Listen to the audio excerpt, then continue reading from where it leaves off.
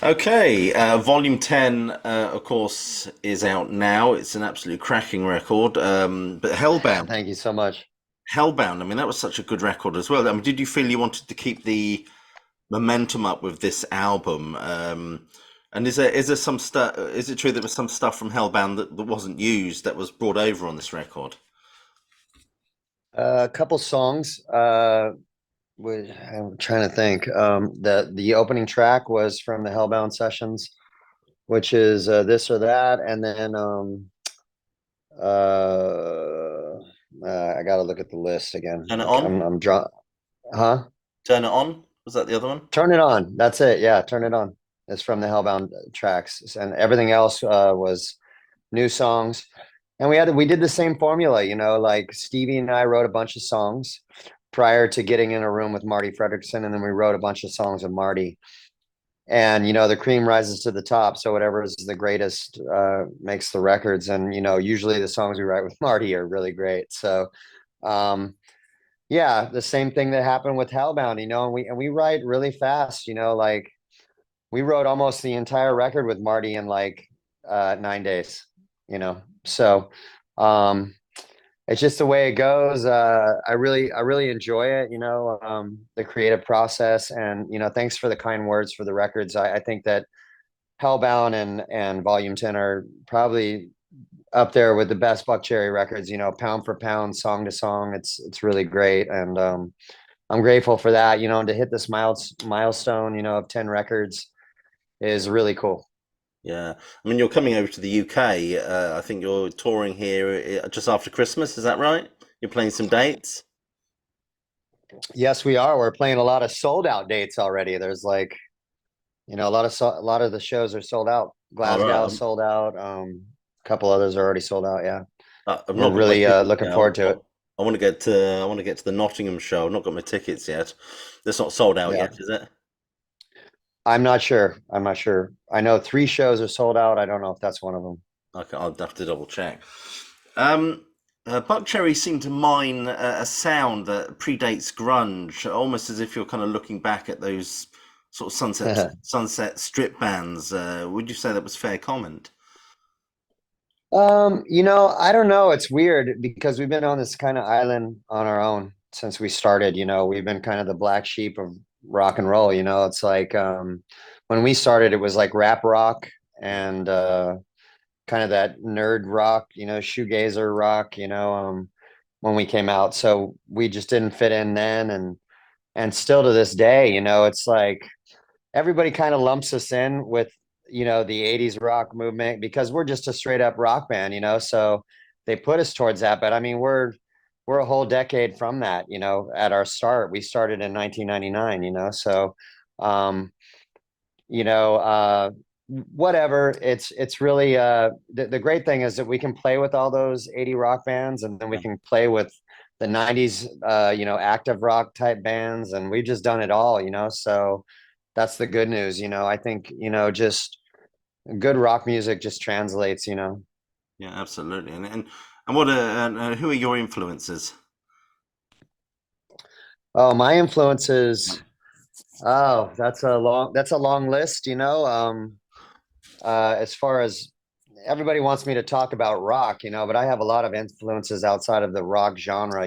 I mean, I started listen. My mother would put on records and clean the house when we were kids, Mhm. and that's when I first got introduced to music. And she listened to like Rod Stewart, Kenny Rogers, Willie Nelson, Yeah, the Eagles. My dad listened to the Eagles. That was the first record that I actually got. He gave me the Eagles in the long run yeah, before he passed away. He passed away when I was 10, but yeah, so I would listen to all those records. And then when I became a teenager, I was a quintessential California kid. I was surfing and skateboarding. So there was a lot of punk rock going on at the time, and I loved aggressive rock music. So I listened to bands like the Toy Dolls, GBH, 7 Seconds, Minor Threat, Social Distortion. I had like all independent records, rock records. I didn't really listen to mainstream rock until I was like 17, uh, and then the first like mainstream rock records I listened to was like Metallica, Led Zeppelin, the Colts, AC/DC, you know. Um, so, you know, and then I would sneak in my sister's room and she was listening to like dance music, like, and I liked all that stuff. I like you know, Prince and Yeah. Yaz and Billy Idol and all the Prince era bands at the time, Apollonia 6, Sheila E. I liked all that shit, you know, and I would go dancing with my sister because I got a fake ID when I was like 16, you know, and I would go to clubs with my sister. And so I just was obsessed with music Yeah, in well, general. you know, I mean, you talk about a band like the Eagles. I mean, that's really well crafted songwriting. Yes, I mean, amazing. do you think, you know, that listening to that sort of stuff has helped your songwriting today? Absolutely. You know, I still to this day, you know, I have the Eagles' greatest hits on my phone and I will obsess on certain songs, you know, and I'll just like analyze them and pick them apart, the words, the melodies, the composition, you know, the song arrangement, all that stuff. Yeah, I love the Eagles' Desperado album. I think that's my favorite album by them. It's fantastic. Um, Yeah, I'm they're curious. incredible. Yeah, absolutely. I'm curious. Why Summer of '69? What did you want to cover that one? It's a undeniable song. You know, it's timeless and it's I love it, you know. I mean, ever since, you know, the 80s, you know, when I was a kid and I heard that song, I'm just like, this song is so amazing, you know. It makes me feel like it marked my summers in Southern California, you know. That's I just feel like that was he told my story, you know, and I wish I would have written the song. You know, that's one of those songs I wish I would have written. And everybody in this band feels the same way about it. And that's why we did the song.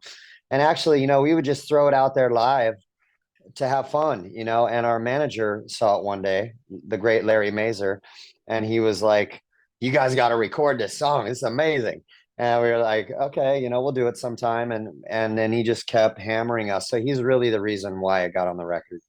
Yeah, it's very faithful to the original. It's a great cover. I think it's of course I Yeah, remember. we sped it up just a little bit, and you know, and added the Buckcherry flair to it, and then there you go. It It's a works lot of well. fun. Works really well. I'm interested. Terry Dates, Steve Jones produced your first record. I mean, how did that come about? Very date. Oh yeah. Well, Dave Bianco was actually the first producer on that first record. So we had we had gone in there and recorded a few songs with him. I don't know why this camera shrunk my head, got so tight on me, but I don't know what how that happened. But anyways, yeah, Dave Bianco was oops, uh, the first producer, and our A&R guy Michael Goldstone came in at the time, and he just I don't know for whatever reason he just didn't like the way it was sounding, so he cut the cord on Dave Bianco, and that's when we got into Terry Date and Steve Jones, you know, as a pair, and we just thought it was a good idea, all of us, you know, and that's how it really happened, and you know, we got in there the whole time. All the vocals I sang on that first record, Yeah, Steve Jones is laying on a couch right behind me. brilliant. Yeah. And he would just sometimes he would say stuff every now and again. I like that bit, mate. Go back and do that, you know, and I'd be like, okay, and I'd re-sing something or whatever, you know. But it was a classic. Yeah, I bet so. Were you a big Pistols fan? I was, yeah. And you know, to have Steve Jones behind me the whole time and Terry Date was like right next to me, you know, it was just such a great experience and you know, we were hell on fire back then, you know. Yeah, absolutely. I mean, supporting AC/DC and supporting Kiss, which was the biggest thrill? Oh man. Well, you know, AC/DC is like the gods of rock and roll for me, you know. So it was definitely AC/DC for me, but both of them are amazing. You know, I mean, we've done more shows with Kiss than AC/DC, but like uh the whole thing with AC/DC was we got to meet them after the last show in Madison Square Garden in their dressing room. And they were so incredibly humble and Hmm. sweet and cool. And like that was like the best part because sometimes you meet your heroes and it falls a little flat, and I don't want to name any names, but that moment was incredible. I got to sit next to Angus and just talk, and his wife made us tea and we hung out and just talked, and Brian Johnson was just like walking around the room telling jokes, and they had no problems with us like taking pictures, and it was really sweet. It was cool. Yeah. Have you got any Kiss stories? Great Kiss stories. The first time we'd ever been to Europe, and the first time we'd ever played with an arena rock band was with Kiss. Hmm. So we were really green. It was on the first record. People still come up to me to this day. We just did the Kiss cruise, and there was people from those shows on the Kiss cruise from 1999. Anyways, we had the same manager at the time, Scott McGee and Doc McGee, and Doc McGee was managing Kiss, and that's how we got on it. And we were the opening band. And so, anyways, we fly into Finland, and that was the first show, and it was just like snowing, and it was like crazy. It was like we got there, and I just remember Kiss's crew tried to like really intimidate us. They're like, oh, you know, notoriously, like the audiences do not like the opening band. They are like hardcore Kiss fans. They're gonna throw bags of piss at you, and they're gonna turn their backs and flip you off. And I go, great, let's do it. Like I dare them to do that. Let's get it. So we went on stage, and I really like to win over an audience. It's really fun for me. I like being the underdog. We've been in that position many times, and it's fun, and it's a challenge. And so we went out there to just we thought we were going to be in a a serious situation, and everybody was really cool. It was just the opposite. Everybody really loved the band. There was a moment where they just didn't know what it was, and then after like two songs, they were in. Yeah. And so we gained a lot of fans, like I said. And anyways, like that first show, I'm walking down like the corridor, where all the dressing rooms are, and Gene and Paul come in, and I'm like, I see them down the way, and I'm like walking towards them, and I'm thinking to myself, oh my God, I don't want to upset them. I want to, get out of their way and make sure, because I didn't know what, I was so green, Yeah. like I just like ducked into a dressing room so I wouldn't bother them. I didn't know what to do.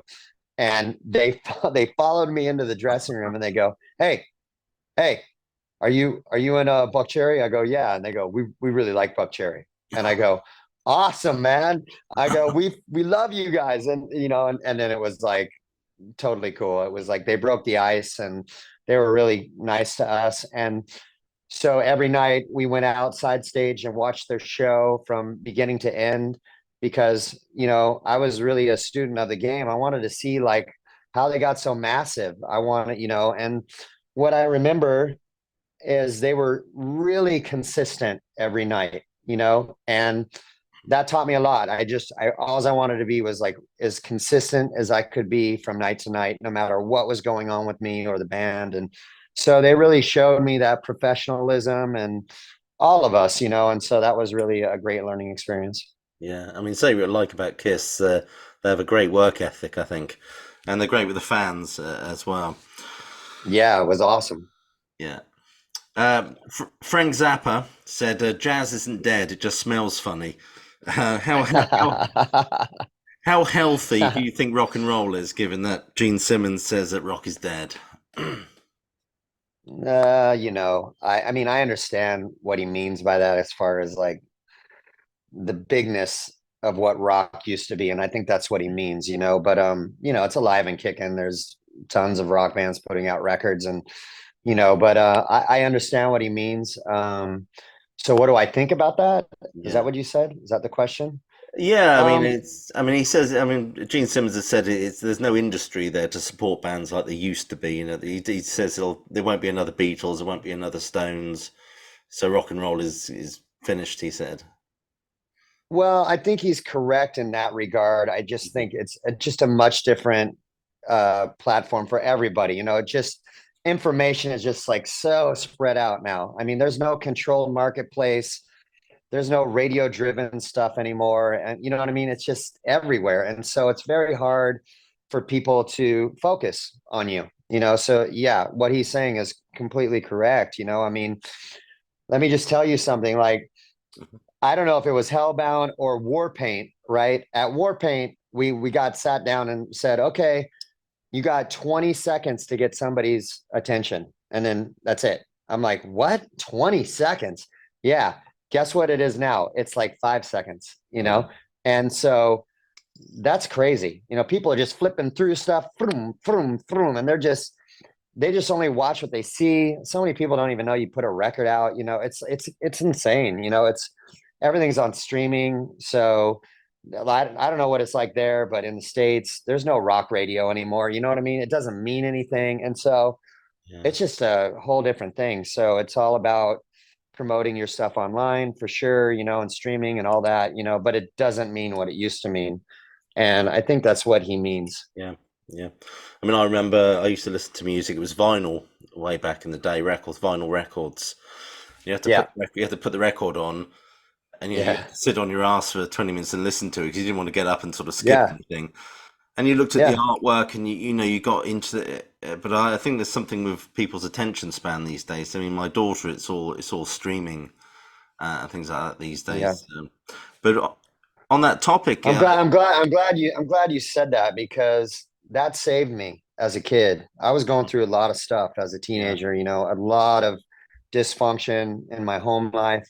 And like the record store was like my safe place. You know, I would get a absolutely. record and I would come home and do exactly what you said. I remember getting Minor Threats Out of Step and I would just sit down and I would put it on and I would leave it on and I would read the lyrics and the lyrics spoke to me and I was like, you know, I did that with all the records that I got and I can, you know, I still remember all those lyrics to this day, you know, and I'm a lyric writer, so you know, it really means a lot to me, you know, and it's a shame that you know people aren't doing that, but I do think that kids still there's movements on Spotify. They get obsessed with you and then they dig into your catalog, you know, because we're having that, we're seeing that today. You know, we're having all these young people are coming out to see Buckcherry because they heard it on a rock playlist on Spotify, and then they just got obsessed with like how huge the catalog of music is. You know, we have over 100 songs out there. You know, Yeah. so and then they started becoming fans. You know, and so that's cool. Um, but yeah, I wish it was like that where people spent more time and sat there because, you know, we've labored our whole lives to craft songs that are good enough to be on records, you know, to go out and play a worldwide market, you know. So we want people to, you know, when we drop a record, we want people to really pay attention to it, you know. Yeah. I think the first record that really blew my mind when it came into the house, that was Pink Floyd's The Wall. When I put Yeah, that great, on, and that great. that was I'd never heard anything like that before. I was just listening to my mother's records at the time. I was only 10, listening to Right. Dusty Springfield and whatever she had. But when we got that LP in the house, it was just mind blowing, really. I think. But yeah, Yeah. music was something that it's, as you said, kind of a safe space, really. But and interesting, you talk about streaming. I mean, my 14-year-old daughter went upstairs the other day. She was listening to The Doors, believe it or not. A band Yeah.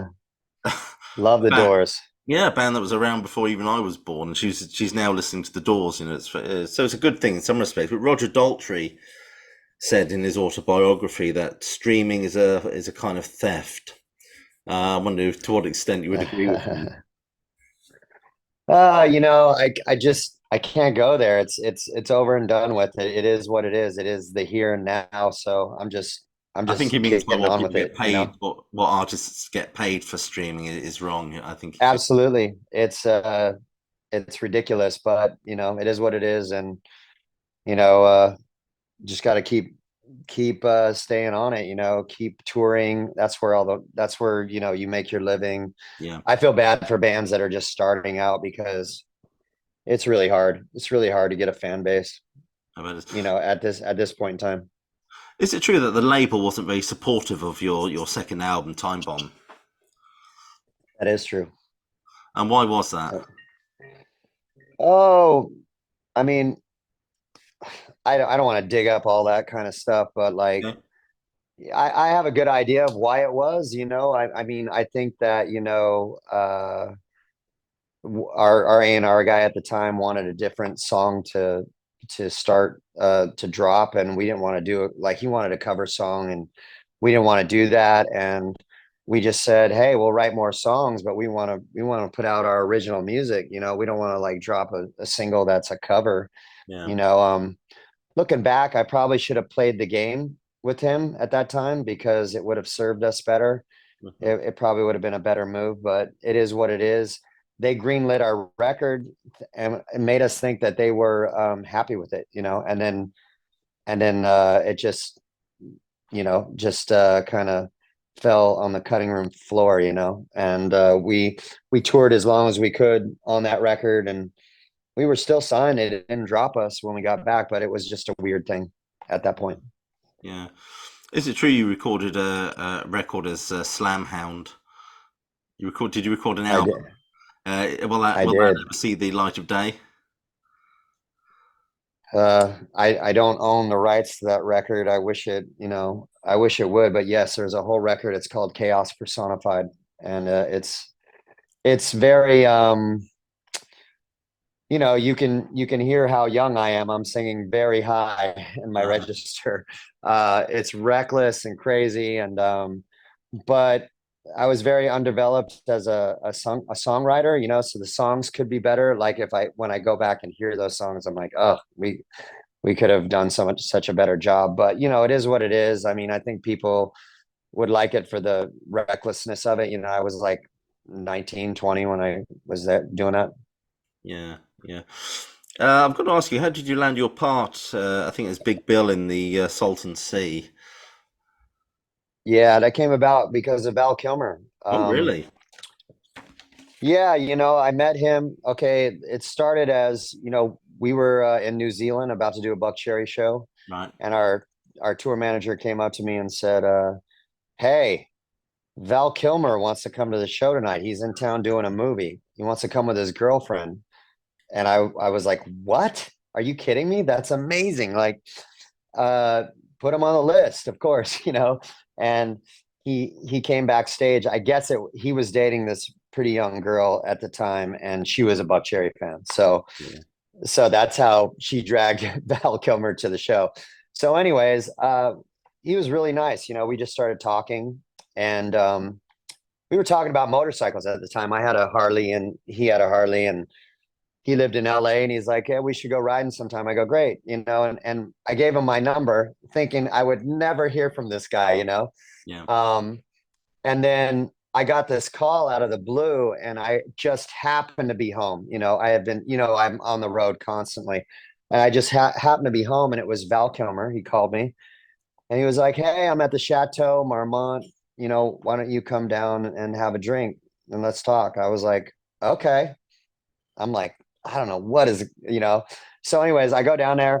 He's in town. He's about to start filming this movie called The Salton Sea, Hmm. and he was telling me about it. It's about meth and drug addiction and all this stuff, and I go, cool. I go, hey, I'd love to read it. I read a lot. I'd love to send me the script. He sent me the script. Long story short, I don't know why they were, him and DJ Caruso, who directed it. That was his first movie that he directed.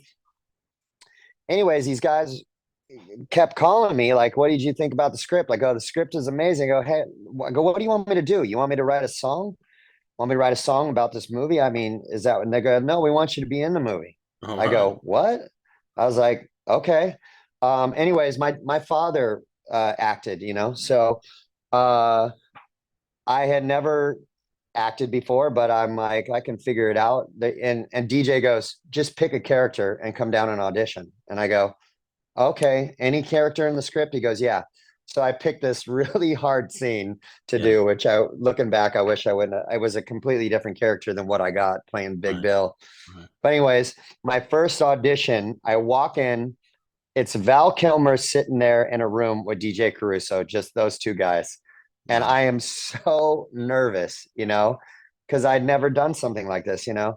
So I just did the scene with them. Val read with me, and that was it. I didn't hear from them for like 3 weeks. I thought, there's no way I got this, you know, part. And then all of a sudden, DJ calls me up and he goes, "Hey, listen, we really liked you. I didn't want to tell you that we'd already casted the actor for that particular part. We Mhm. just wanted to see what you could do.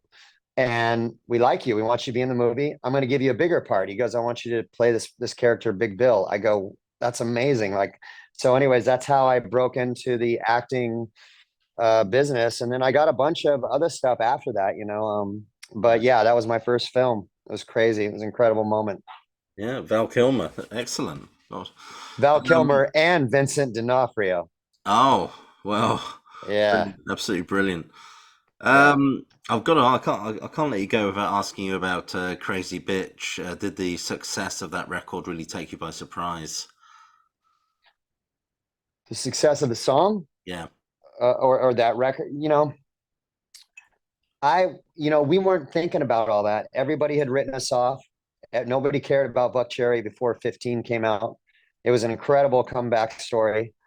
Um, there is no reason that you would think that that record was going to do what it did when we started. So we just kind of had faith in ourselves. We just wanted to be happy with what we were doing, and that's all that mattered. You know what I mean? Yeah. And then leave the results to the universe and see what happens. You know, and we titled the record 15 because we had a very small budget from Japan. Thank God for Japan, because Sony Japan gave us some money to do a record when nobody would sign this band off the demos.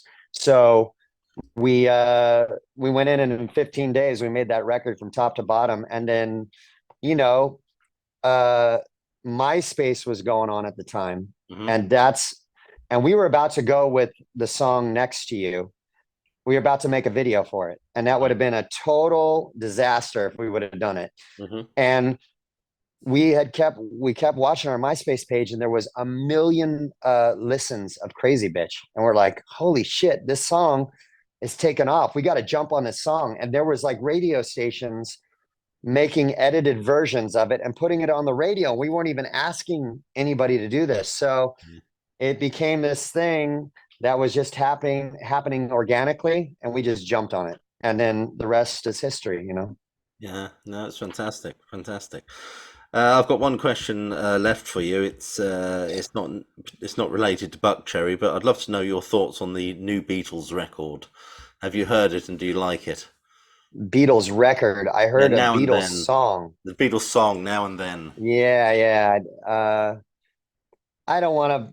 I don't want to put down the Beatles or anything, because they've written some incredible songs. But I heard the song and I just thought it wasn't that great. You didn't like it? Honestly, I love the new Stone single though. It's Yeah, really great, yeah, absolutely. amazing.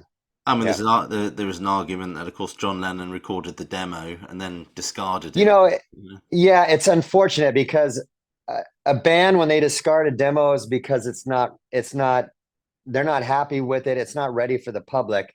And so the public should never hear it. You know what I mean? Yeah. So, there's a lot of uh, Buckcherry demos that are on the cutting room floor that aren't good, you know? And so that's what I felt like when I listened to the song. I'm like, oh, this sounds like a demo that wasn't great. It wasn't a great song. And that's why I didn't make a record. And now here we're hearing it. And I don't know. It just kind of fell a little flat to me, but Yeah. whatever. Maybe some people like it. Maybe some years to come, people are going to want to hear those Buckcherry demos. Eh, no, you'd feel the same way I feel about, you know what I mean?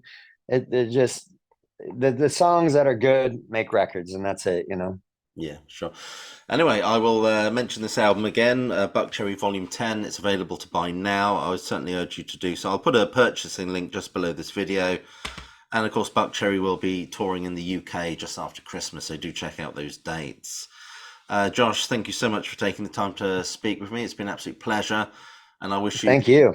I wish you the utmost success with the album and the tour. I appreciate it, man, and make sure you get your ticket and come out and rock out with I us. am. There's a show in Nottingham. I'm going to try and get tickets for that show. I'm going to try. All right. It's I know. always a good time. Absolutely. Thank you so much. All the best. Bye All bye. right. Be good. Cheers.